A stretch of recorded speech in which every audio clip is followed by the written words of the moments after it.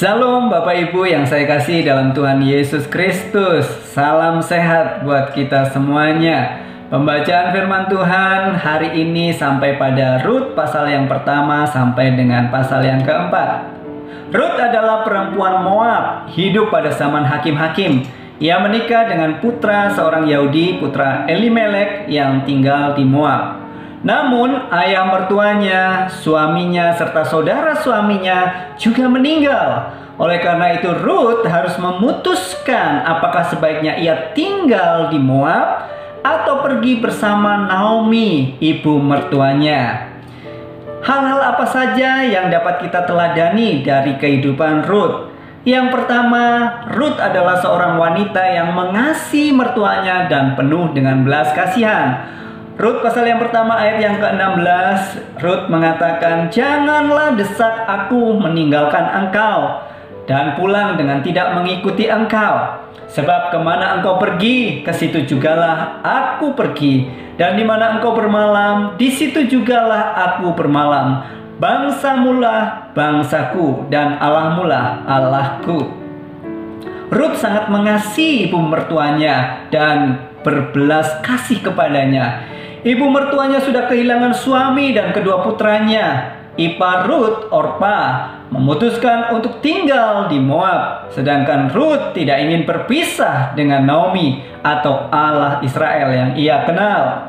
Rut dan Naomi berkelana kembali ke Bethlehem di Yehuda, di mana mereka hendak memulai kehidupan yang baru.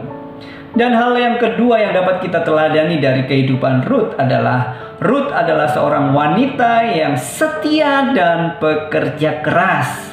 Kesaksian Rut mulai menyebar dan Boas pemilik ladang yang tidak jauh dari kediaman mereka mendengar tentang kesetiaannya. Di dalam Rut pasal 2 ayat 11 sampai 12 di sana dikatakan, "Telah dikabarkan orang kepadaku dengan lengkap segala sesuatu yang engkau lakukan kepada mertuamu sesudah suamimu mati, dan bagaimana engkau meninggalkan ibu bapakmu dan tanah kelahiranmu serta pergi kepada suatu bangsa yang dahulu tidak engkau kenal. Tuhan kiranya membalas perbuatanmu itu, dan kepadamu kiranya dikaruniakan upahmu sepenuhnya oleh Tuhan Allah Israel, yang di bawah sayapnya engkau datang berlindung."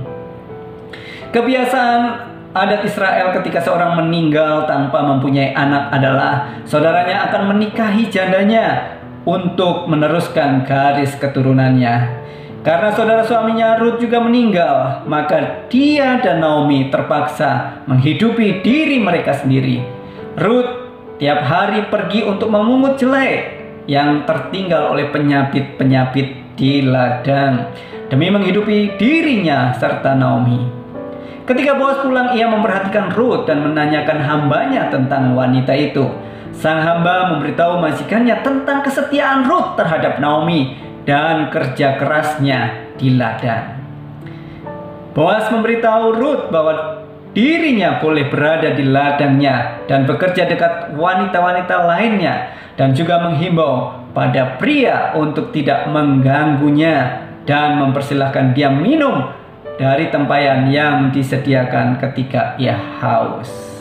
Dengan rendah hati, Rut mengucapkan terima kasih kepada Boas.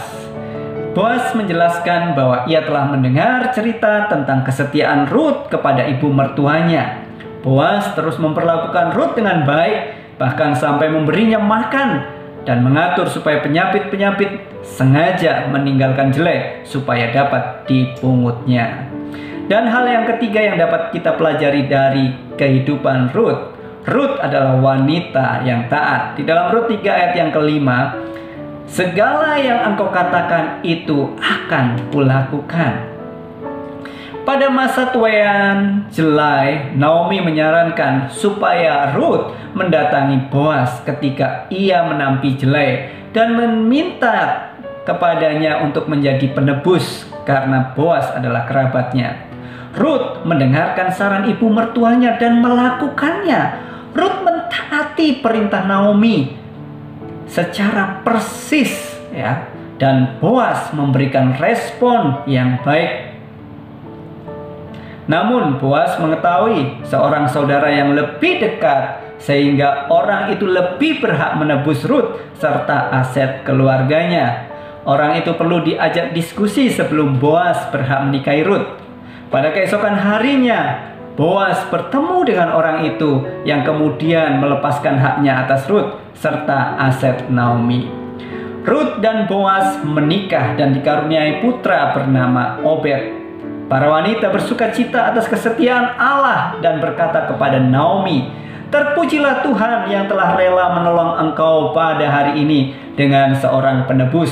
Termasyurlah kiranya nama anak itu di Israel, dan dialah yang akan menyegarkan jiwamu dan memelihara engkau pada waktu rambutmu telah putih. Sebab menantumu yang mengasihi engkau telah melahirkannya, perempuan yang lebih berharga dari 7 anak laki-laki."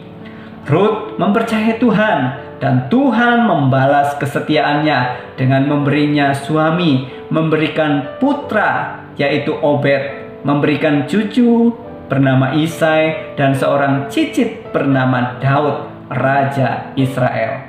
Selain semua karunia ini, Allah memberikan Rut kehormatan berada di daftar keturunan Yesus Kristus. Matius 1 ayat yang kelima. Jadi Bapak Ibu Saudara yang saya kasih dalam Tuhan Yesus Kristus, kita dapat meneladani dari kehidupan Rut. Yang pertama, Rut adalah seorang yang mengasihi dan penuh belas kasihan. Yang kedua, Rut seorang yang setia dan bekerja keras. Dan yang ketiga, Rut adalah seorang yang taat. Kiranya kebenaran firman Tuhan pada hari ini memberkati kita semuanya. Tuhan Yesus memberkati. Amin.